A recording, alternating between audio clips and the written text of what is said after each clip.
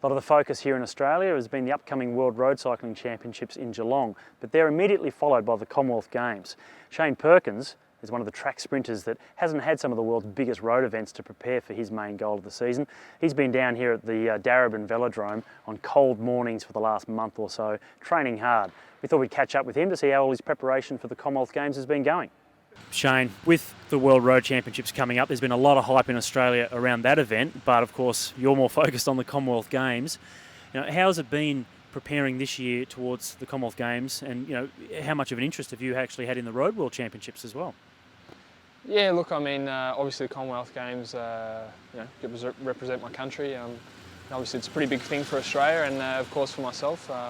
Grew up watching them as a young kid, so obviously a lot of motivation leading into it.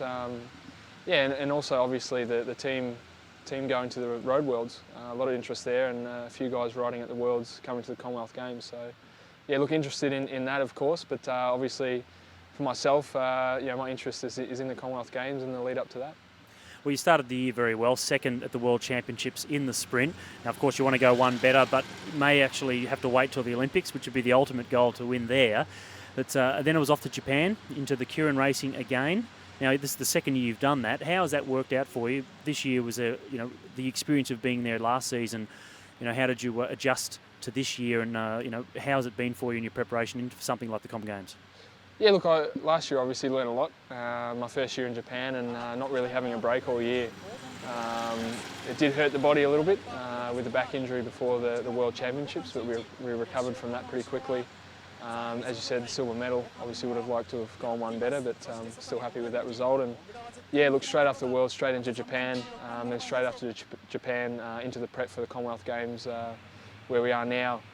Very difficult on the body. The training, as you would know, being down the track with me, have to change quite a lot of things and to suit where the body's at and where the speed's coming from. So, but yeah, look, it's all a challenge, and I really enjoyed that part of it. And look, it's still 3 weeks out, so I've got some small changes to make, but everything's heading in the right direction.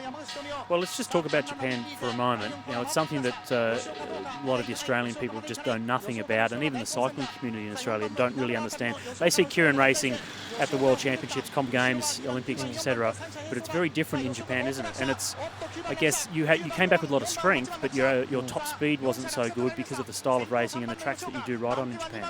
Yeah, look, as you said, that's one of the things that we're trying to change now. Is I've got this had this huge strength block in Japan, which is great for the off-season, but you need to turn all that strength and power into speed, which is where we're at the moment.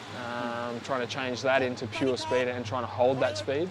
Obviously the RPMs are quite different, but we're getting there every week. We're getting faster and holding the speed for longer. So it's difficult, but as I said, it's a good challenge, and yeah, things are definitely looking good. Look, it means a lot of days and mornings down here at the Velodrome, pretty much just us two, one-on-one, doing your training, trying to get that speed you're talking about. Yeah.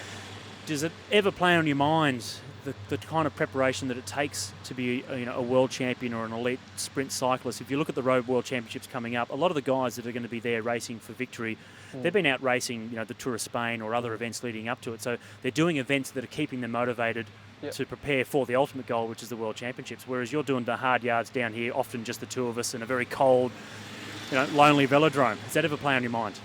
Yeah, definitely. Of course it does. I guess it's a kind of a solo mission, but that's how I look at it. I'm on a mission, and I want to win gold, and I want to better myself and do what I can for Australia as well.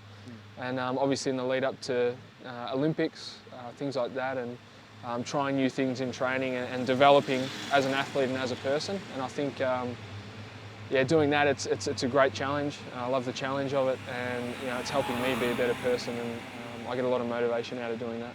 So. Well, you mentioned the Olympics. Now, second at the World Championships this year. There's another World Championships coming up next March. Is it something you set as a target and you want to win that World Championships, or would you just prefer to sort of fly under the radar for another year or so and go in and try and win the Olympics? Yeah, look, I mean, it's hard to kind of look past a World Championships.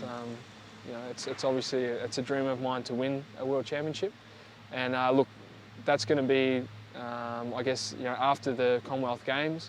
We'll then go into Melbourne World Cup to qualify for the World Championships. So that'll be my immediate goal after the Commonwealth Games. We'll be Melbourne World Cup. Then we'll refocus, maybe have a little bit of a break if we can, if there's enough time.